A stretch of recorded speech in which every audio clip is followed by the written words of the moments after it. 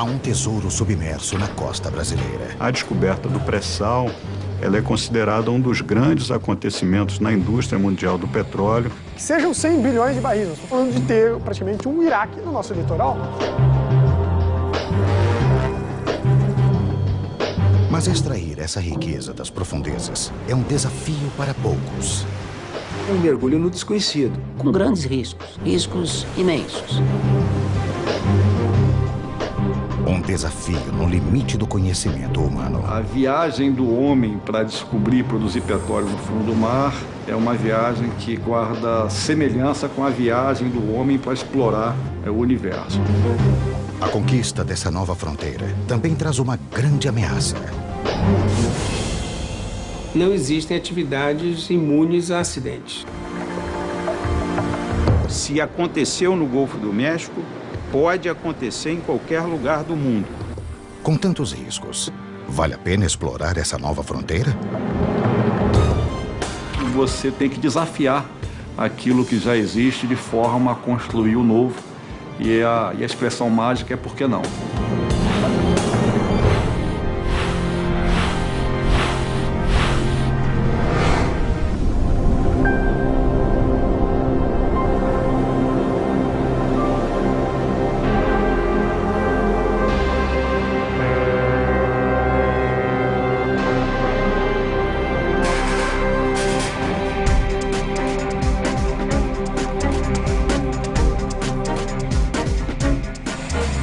Em alto mar, a 300 quilômetros da costa brasileira, engenheiros e geólogos estão desbravando uma nova fronteira.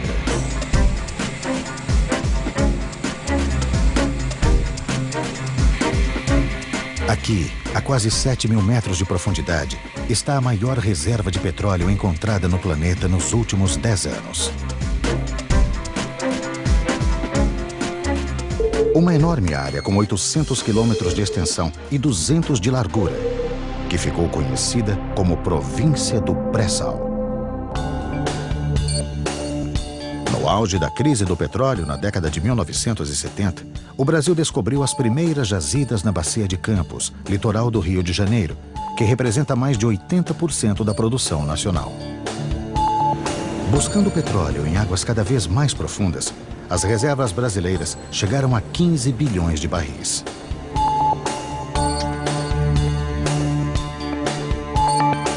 Mas na virada do século, ficou claro que para manter o volume dessas reservas, seria preciso descobrir novos campos.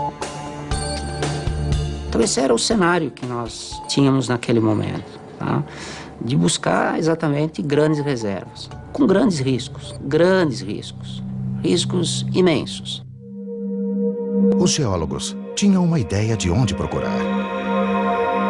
Durante a separação dos continentes, há 130 milhões de anos, formaram-se grandes lagos entre eles. Ali viviam algas, bactérias e outros organismos que, depois de mortos, se depositavam no fundo e deram origem ao petróleo. Na medida em que houve a continuidade da separação dos continentes, começa a entrar a água do mar, ela fica confinada em determinados momentos e vai então criando essas grandes espessuras de sal. O sal estaria ali funcionando como um grande selo. Então todo o petróleo gerado e migrado na parte inferior desse sal teria enormes dificuldades de ultrapassá-lo.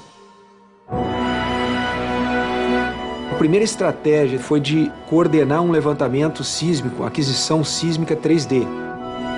Foi o maior levantamento 3D exploratório do mundo. Um navio que vai passando na superfície do mar e emitindo ondas, e essas ondas vão até o subsolo e são refletidas para a superfície e captadas por sensores na superfície. Não seria comparável a um ultrassom do subsolo. As imagens mostraram sinais de que abaixo da camada de sal poderia realmente haver reservatórios de petróleo. A partir daí, desse modelo e do dado sísmico, o que falta é descer a broca e constatar que, de fato, aquele modelo, e lastreado pelo entendimento sísmico, pela interpretação sísmica, se configura numa realidade, né? Em dezembro de 2004, uma sonda de perfuração foi enviada para a região. O ponto indicado pelos geólogos para perfurar o primeiro poço foi chamado de Paraty. A expectativa era imensa, né? 2, 3 poços secos poderiam colocar essa ideia por mais 10 anos aí na prateleira. Uma broca é levada até o fundo do mar por uma coluna formada por segmentos de 30 metros cada, conectados um a um.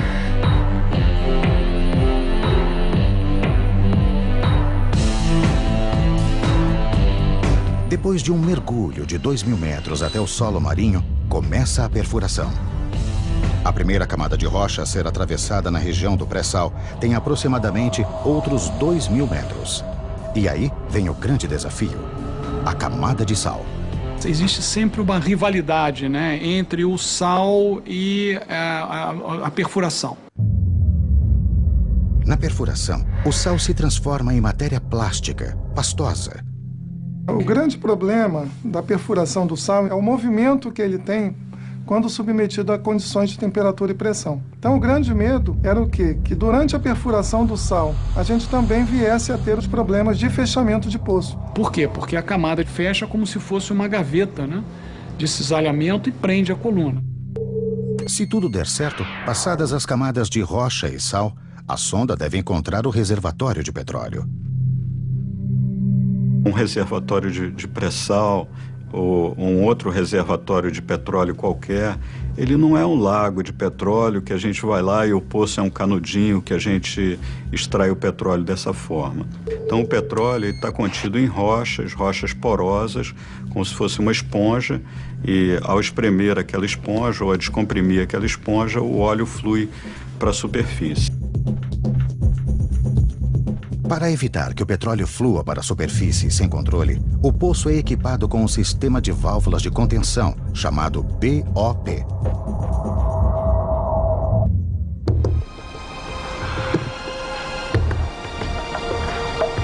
Durante 15 meses, a sonda perfurou o poço de Paraty até uma profundidade de 7.600 metros.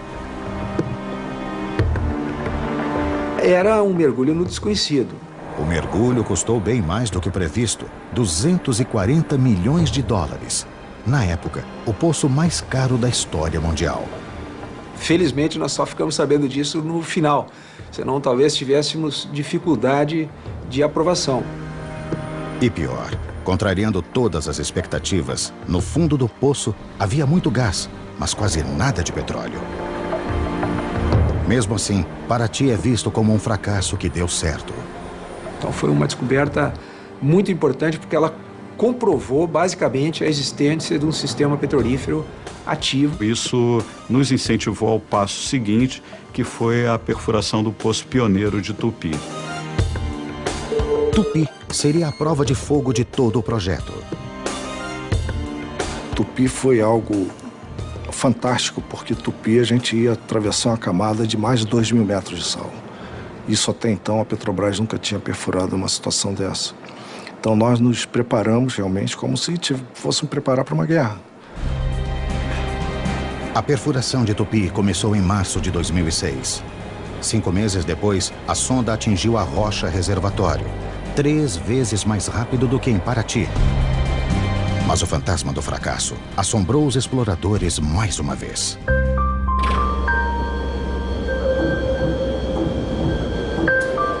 O colega Gilberto me telefonou e ele falou: olha, nós já estamos na água e não tem petróleo. E ele falou: poxa, nós temos que ir avante, vamos avante, que não pode, né? Esse reservatório deve estar mais embaixo, vamos insistir.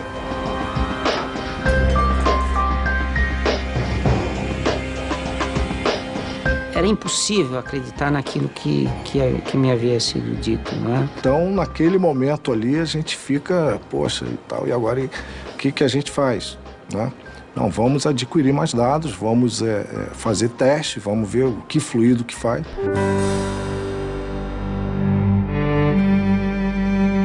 Nós estamos adquirindo dados do poço em tempo real.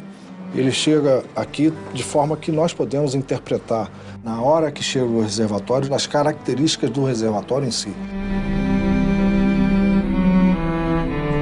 o Gilberto voltou a ligar para mim e disse, olha, Carminati, corremos o outro grupo de perfis e, de fato, estamos constatando ali uma coluna de petróleo interessante, com fluido livre, mobilidade, portanto tinha reservatório, etc.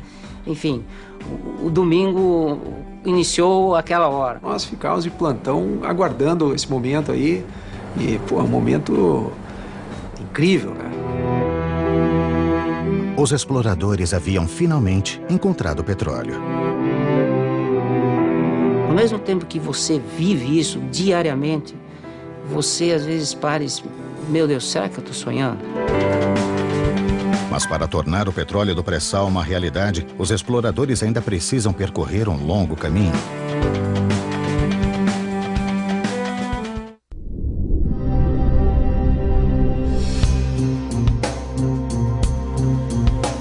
A descoberta de petróleo na camada de pré-sal do Campo de Tupi foi apenas o primeiro passo na exploração dessa nova fronteira na costa do Brasil. A próxima etapa, confirmar o potencial do reservatório. A sonda de perfuração é substituída por uma unidade flutuante de produção e armazenamento de petróleo, conhecida como FPSO. Essa unidade especificamente foi projetada para fazer esse tipo de trabalho. Chegar primeiro na área, começar a produzir o poço, conhecer tudo sobre ele. Daqui eu estou vendo tudo, é como se eu estivesse lá. Essa sala, podemos dizer que é o coração da produção de petróleo desse navio aqui. A tripulação monitora dados como temperatura, pressão e vazão do poço através dos sensores de um conjunto de válvulas chamado Árvore de Natal, instalado no fundo do mar.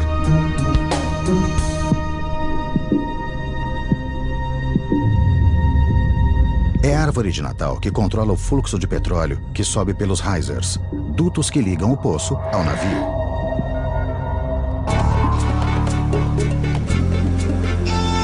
Esta ainda é uma etapa de teste.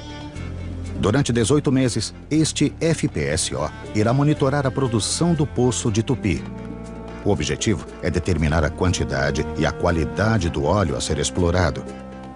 É o chamado teste de longa duração, ou TLD. Eu preciso saber se as descobertas que estão sendo feitas, elas têm um porte ou um tamanho que justifique um desenvolvimento em uma área tão complexa geograficamente.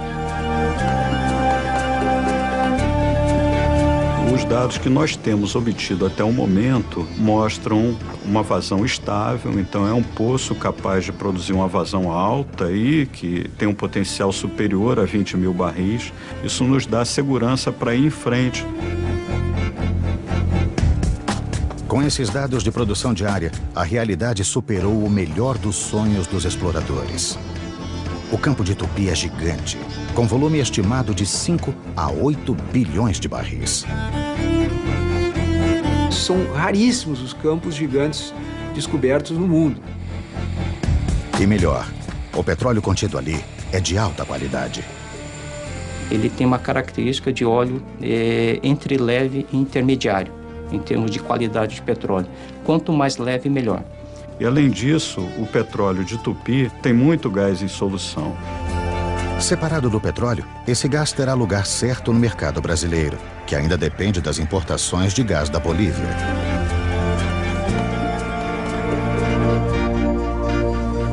Mas para trazer esses tesouros para a superfície em segurança, é preciso enfrentar situações extremas em alto mar.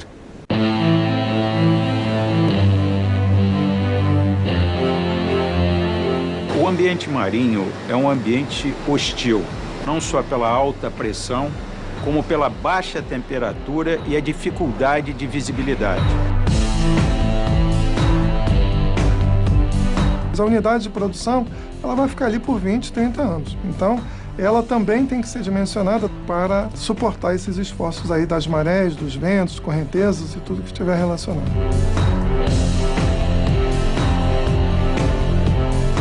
Por isso é preciso, antes, simular todos esses desafios. O campo de provas são os laboratórios da maior rede de pesquisas e simulação da América Latina. Alguns deles estão na Universidade Federal do Rio de Janeiro. Esse laboratório é o Laboratório de Tecnologia Submarina da COP. Ele simula equipamentos, dutos submarinos e comportamento de estruturas em grandes profundidades. No mar, quanto mais fundo, maior a pressão. Por isso, ela é considerada o inimigo número 1 dos equipamentos submarinos. É como se nós tivéssemos um elefante adulto com todo o seu peso sobre uma formiga pequena. Na exploração em águas tão profundas, os equipamentos são as formigas. E o elefante é a pressão atmosférica. Nós fazemos muitos testes para ver, por exemplo, qual é a pressão que um duto pode resistir. E nós vemos essas condições extremas, como se nós tivéssemos uma pasta, um tubo de pasta de dente, no trilho de um trem e esse trem passando em cima. Qualquer falha nesses equipamentos pode acarretar parada de produção, intervenção, custos muito altos. E ainda pior, uma falha pode causar um desastre ambiental. A falha desses equipamentos implica intervenções complexas. O homem não consegue trabalhar em profundidades além de 500 metros. Você tem que, através de um robô, identificar o tipo de falha e depois planejar a intervenção.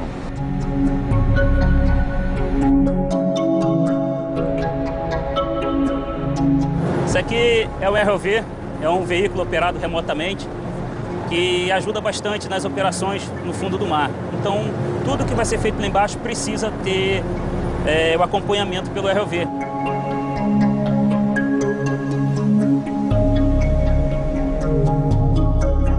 O ROV é fundamental para os monitoramentos de segurança durante o tempo de produção do poço. E é este robô que precisa detectar um outro inimigo ainda mais difícil de identificar: a corrosão.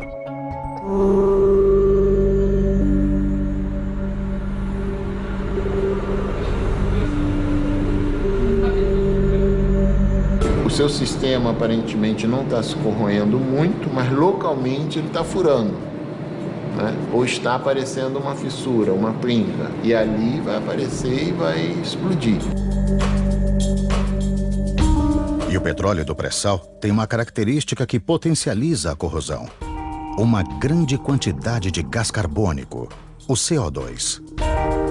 O CO2 em si, puro, não é o problema. Quando você pega o CO2 e bota a água, que normalmente está presente nos reservatórios também, aí sim você tem uma combinação que transforma-se num ácido carbônico, e esse ácido ele é muito corrosivo. O que se tenta é que não haja o problema de corrosão, né? Ou que ele seja mínimo ou extremamente bem controlado. É que um aparelho que é usado para captar o petróleo, para transportá-lo, né, dure pelo menos uns 20 a 30 anos. A gente não arrisca, a gente usa a ciência e a tecnologia. E o uso de materiais especiais, que a gente passa a novas ligas de aço. Não é um aço comum que você usa, não é o mesmo aço que você usa no seu automóvel ou na geladeira, qualquer lugar. É um aço especial, que tem muita tecnologia nele, para poder resistir à corrosão, à agressividade do ambiente e às pressões que a gente trabalha, né? Outro desafio para os pesquisadores é a diferença de temperatura a que são submetidos os dutos. A 5.000 metros de profundidade na crosta terrestre, o petróleo está a 150 graus Celsius. À medida que você sai do poço com uma determinada temperatura alta, você, quando entra na fase de águas mais frias, no entorno desse duto, a tendência é esse fluido interno ir resfriando e pode formar parafina ou hidratos, bloqueando a linha.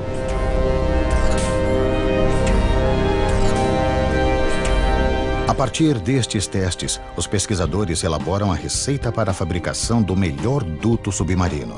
E ele tem nome de comida: Esse duto sanduíche, ele tem uma camada exterior e ele tem uma camada interior de aço. E tem uma camada intermediária de material polimérico. A ideia é que ele possa trabalhar de forma conjunta para aumentar a resistência às altas pressões e, ao mesmo tempo, dar a proteção em termos de temperatura para que a temperatura não baixe muito. Temperatura, corrosão e pressão são os primeiros inimigos enfrentados pelos novos equipamentos do pré-sal.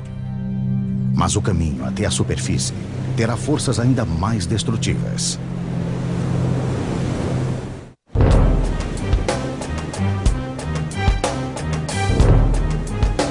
Em alto mar, navios e plataformas conectados a poços de petróleo são castigados incessantemente por ondas, ventos e correnteza. Na exploração do pré-sal não é diferente. A 300 quilômetros da costa brasileira, o ambiente é ainda mais extremo. E o navio que testa o poço pioneiro de Tupi já está sendo submetido a essas forças da natureza. Nós estamos aqui no FPSO, a cidade de São Vicente. É um navio que pode tanto produzir quanto armazenar petróleo.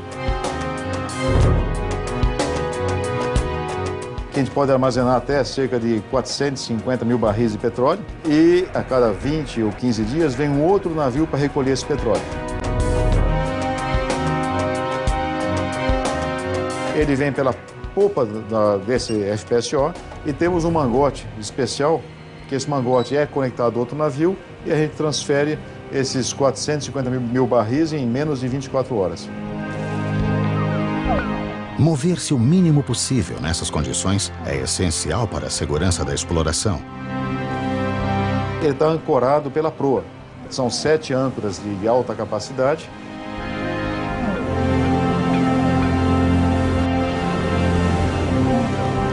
Essa tecnologia de ancoragem em águas profundas e ultraprofundas foi desenvolvida e patenteada por engenheiros brasileiros.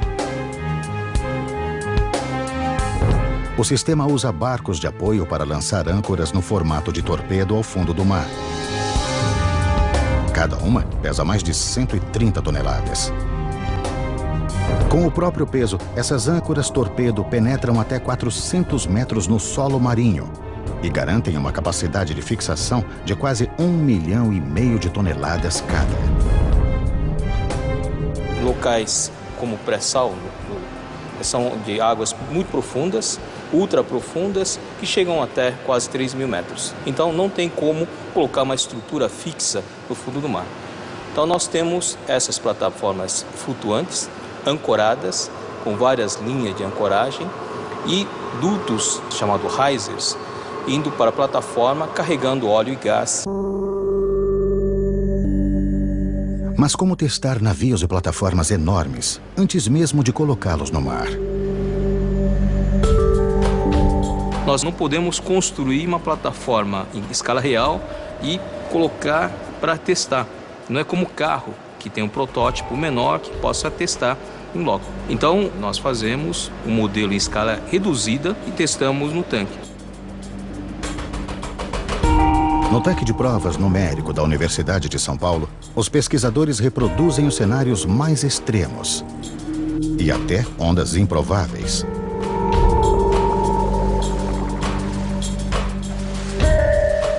Nós precisamos verificar se essa plataforma resiste às condições ambientais, onde as ondas chegam a quase 12 metros e 50 km por hora e correnteza de 2 nós, mais ou menos. Então essas condições são condições extremas.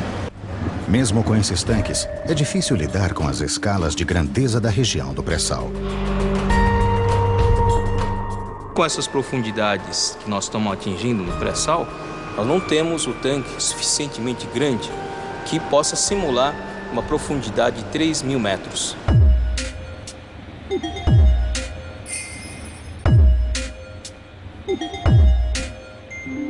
No tanque de provas, os pesquisadores geram dados sobre ondas, correntes marinhas e, em alguns casos, até ventos. As esferas flutuantes funcionam como pontos de referência para os sensores instalados em volta do tanque. Esses dados alimentam supercomputadores que criam simulações em que pesquisadores experimentam as condições mais adversas do pré-sal.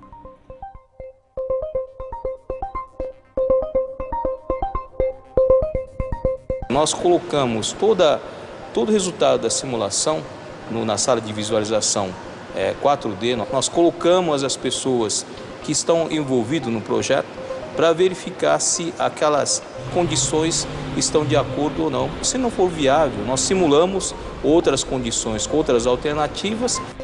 No futuro, a própria tripulação dos navios poderá ser treinada nesses simuladores. As informações geradas no tanque de provas numérico e em outros laboratórios espalhados pelo Brasil são enviadas para uma rede de computadores superpotentes que simulam os piores cenários do ambiente marinho. O computador nos auxilia a interpretar essa complexidade do mundo real que nos cerca. Você pode considerar os efeitos de uma temperatura, de um aquecimento, o efeito de um ataque químico sobre o material que compõe essa estrutura. Então, você vai tornando o seu problema cada vez mais complicado. Isso demanda um computador cada vez mais poderoso. Todas as simulações em laboratório e testes em alto mar estão confirmando que é possível desenterrar o tesouro da camada do pré-sal.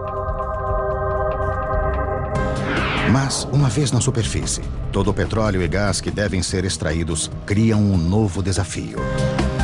Um pesadelo logístico.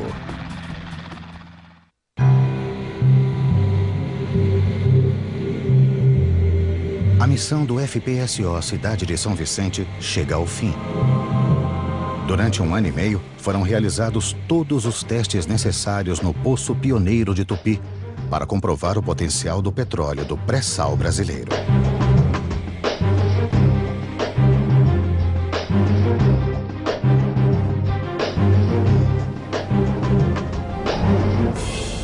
No lugar do Cidade de São Vicente, entra em operação um FPSO maior, o Cidade de Angra dos Reis, com capacidade para produzir 100 mil barris de petróleo e 35 milhões de metros cúbicos de gás por dia.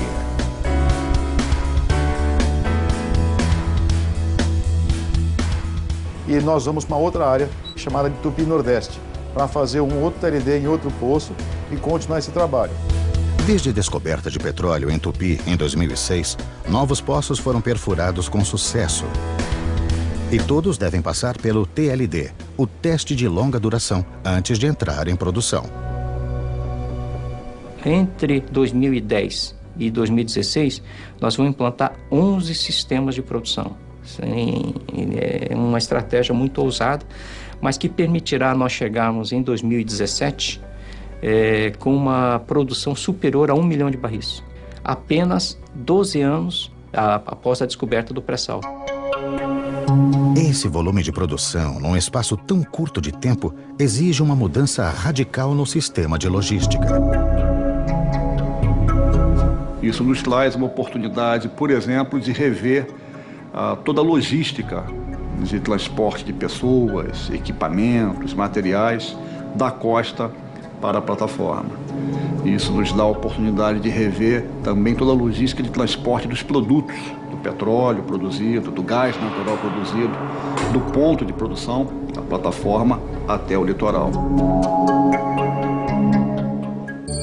A logística do pré-sal equivale a povoar e abastecer uma cidade. Só que esta é formada por bairros flutuantes, distantes uns dos outros e a 300 quilômetros da costa.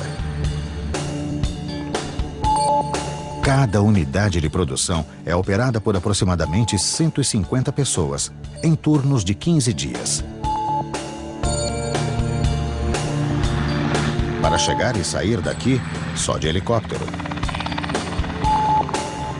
Quando nós começamos aqui, eu não podia carregar mais do que 7 pessoas dentro do helicóptero, porque ele não teria autonomia. Hoje tem novas aeronaves projetadas e contratadas para atender aqui a área do pré-sal, que elas podem trazer até 18 passageiros e levar 18 passageiros sem nenhum tipo de limitação. Atualmente, só a companhia brasileira transporta 65 mil funcionários por mês. Com a exploração do pré-sal até 2020, esse número deve duplicar.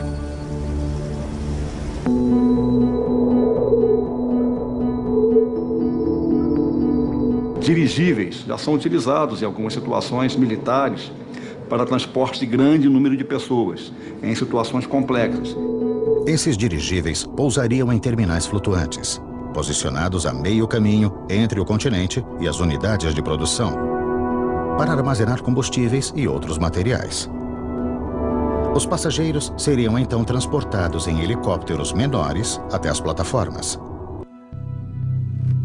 Mas ainda há um problema logístico que está tirando o sono dos engenheiros. O que fazer com a grande quantidade de CO2, o gás carbônico, misturado ao óleo e gás do pré-sal? O gás em solução, ele tem algum percentual, no caso de Tupi, uma faixa de 8 a 12% de um contaminante, que é o CO2. O gás carbônico é o principal vilão do efeito estufa, que é apontado por muitos cientistas como responsável pelo aquecimento global. Por isso a preocupação de não liberá-lo para a atmosfera. Existe uma proposta de reinjeção desse CO2 para poder aproveitar esse CO2 para gerar energia no reservatório como um poço injetor. Poços de reinjeção já são utilizados na indústria do petróleo para aumentar a produtividade. A nossa tradição é injetar água do mar para manter a pressão dos reservatórios e garantir níveis altos de produção. Isso é fundamental, ainda mais no ambiente de águas profundas. Se a reinjeção do CO2 der certo, os engenheiros resolverão 2 problemas de uma só vez. Todas as descobertas já confirmadas no pré-sal brasileiro indicam que as reservas devem chegar a 16 bilhões de barris. E isso considerando apenas 25% da província do pré-sal. As previsões mais otimistas são de que ali existam até 120 bilhões de barris de petróleo e gás. Um tesouro que gera grandes perspectivas e também grandes riscos.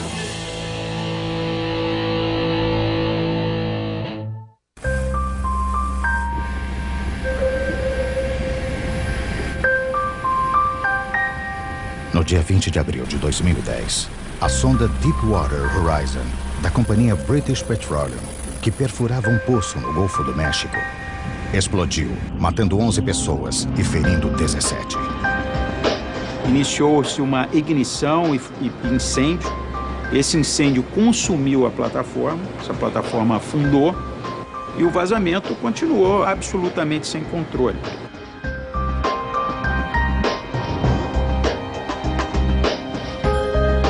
Começava ali o maior desastre ambiental da indústria do petróleo.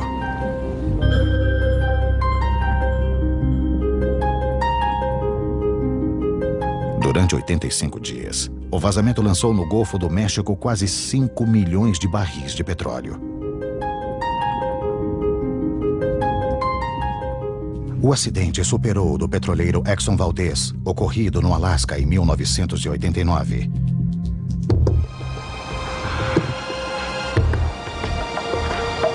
Que naquela época você estava em uma região relativamente inóspita, você não tinha internet, não tinha imagem instantânea, quer dizer, e mesmo assim o impacto foi daquela dimensão. Até hoje, 20 anos depois, se fala daquele acidente. Esse foi muito maior, perto de zonas de manguezais na costa americana, uma presença muito maior das pessoas, com uma visibilidade maior. Cerca de 100 milhões de pessoas foram atingidas pela tragédia em 12 estados americanos e na costa mexicana. Centenas de espécies marinhas foram prejudicadas. O desastre no Golfo do México serve de alerta para os riscos da exploração do pré-sal na costa brasileira. O que eu vejo de grave nessa história do pré-sal, em termos de um possível acidente, é, em primeiro lugar, comparado com o Golfo do México, a profundidade. O poço perfurado pela Deepwater Horizon tinha quase 5.500 metros de profundidade. No pré-sal brasileiro, a maioria dos poços tem mais de 7.000 metros. E por fim, e que é uma coisa extremamente importante, é a distância da costa. Ou seja, a capacidade de mobilização de pessoas, de equipamentos, de contenção, ela é muito mais limitada do que existia na costa, no caso do Golfo do México. No Golfo do México, a Deepwater Horizon estava a 66 quilômetros dos portos mais próximos. Na costa brasileira, os portos de onde sairia o socorro estão a pelo menos 300 quilômetros das áreas de exploração, quase 5 vezes mais distantes. Em outubro de 2010, investigadores americanos identificaram falhas humanas na gestão da empresa inglesa, principalmente quanto ao aspecto de segurança. São vários equipamentos e procedimentos e falhas humanas que se misturam num grande acidente. Era uma plataforma que já vinha sendo objeto de diversas reclamações quanto à tecnologia, quanto à segurança, quanto à própria segurança do trabalho. E o equipamento decisivo nessa prevenção é o equipamento chamado Blowout Preventer, BOP. Ele responsável por fechar o poço. Esse equipamento falhou. Por mais sofisticados que sejam os sistemas de segurança e por maiores que sejam os cuidados, não existem atividades imunes a acidentes. Mas as causas dessa tragédia são ainda mais complexas.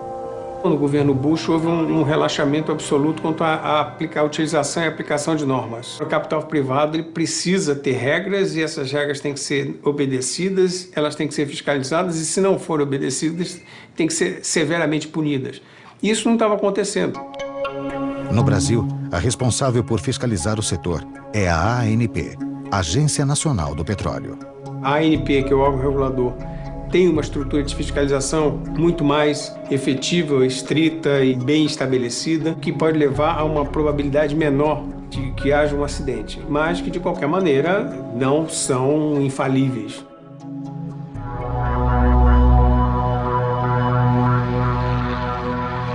O Brasil também já enfrentou acidentes graves. No dia 15 de março de 2001, 3 explosões internas afundaram a plataforma P-36 na costa do Rio de Janeiro. 11 petroleiros morreram, mas não houve vazamento de óleo.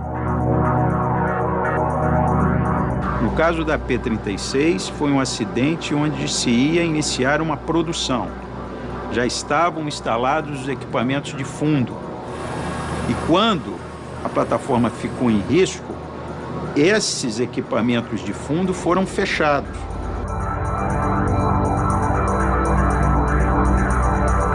Além da ameaça ambiental, o pré-sal traz também outros riscos. Porque o nosso sucesso pode incomodar as outras grandes potências. Nós estamos falando de ter praticamente um Iraque no nosso litoral. Para ter mais controle sobre o pré-sal, o governo brasileiro quer aumentar a largura de suas águas territoriais. Esse pré-sal brasileiro ele está no limite da zona de exploração econômica da plataforma brasileira. São 200 milhas e esse pré-sal está mais ou menos a 300 quilômetros, quer dizer, nós estamos muito próximos do limite. Porque o Brasil solicitou, por exemplo, a expansão da sua zona econômica exclusiva dentro da área da plataforma continental, que pelas regras da ONU, podem ser até 350 milhas. Nós solicitamos isso para a ONU, para o Comitê de Limites Marítimos da ONU, e, se tudo correr bem, esse território será nosso. Mas quanto maior a largura das águas territoriais brasileiras, maiores são as ameaças.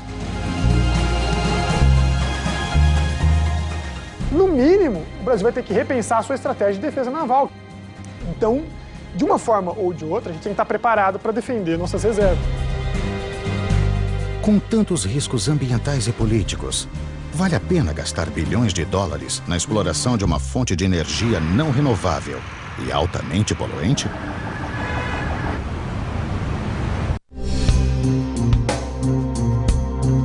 Anos de pesquisa, desenvolvimento de tecnologia de ponta, bilhões de dólares em investimentos para explorar uma fonte de energia não renovável e nociva ao planeta. O desafio do pré-sal é motivo de orgulho e muitas dúvidas. O petróleo tem seus dias contados. Nós não vamos dizer dias, vamos falar em anos, décadas, mas não muitas décadas. Como habitante desse planeta, como quem tem filhos e terei netos, o ideal é que a era do petróleo termine o mais rápido possível. Mas o mundo está pronto para abandonar o petróleo e deixar o planeta mais limpo? Mesmo que a gente substitua o petróleo como fonte de combustível, se a gente pare de queimar petróleo, o que seria ótimo. Uma série de indústrias hoje utilizam matéria-prima essencialmente derivada de petróleo. Você está apostando no século XXI na energia que foi a energia do século XX, quando os outros países já estão hoje pensando no que será a energia do século XXI e do século XXII. Agora, é uma aposta, e não quer dizer que a exploração da pré-sal no Brasil deve ser interrompida por conta disso.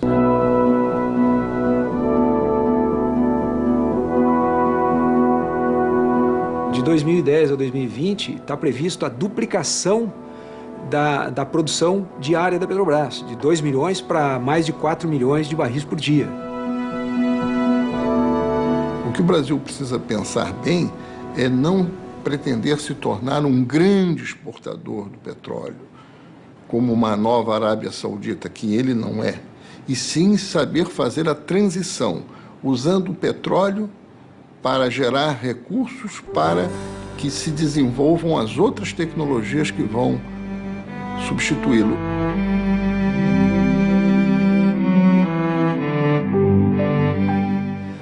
O que mais tem me impressionado é exatamente o efeito multiplicador que a exploração tem. O investimento no pré-sal já sustenta uma corrida tecnológica em várias direções. Com certeza, é um pouco como a corrida espacial, tem um impacto muito grande para outras aplicações, na vida, no cotidiano das pessoas, então não tem a menor dúvida de que isso aí tem um impacto muito grande para outras, na área de materiais, na questão marítima, na questão de exploração de outras formas de energia, em função também do desenvolvimento de equipamentos para pré-sal.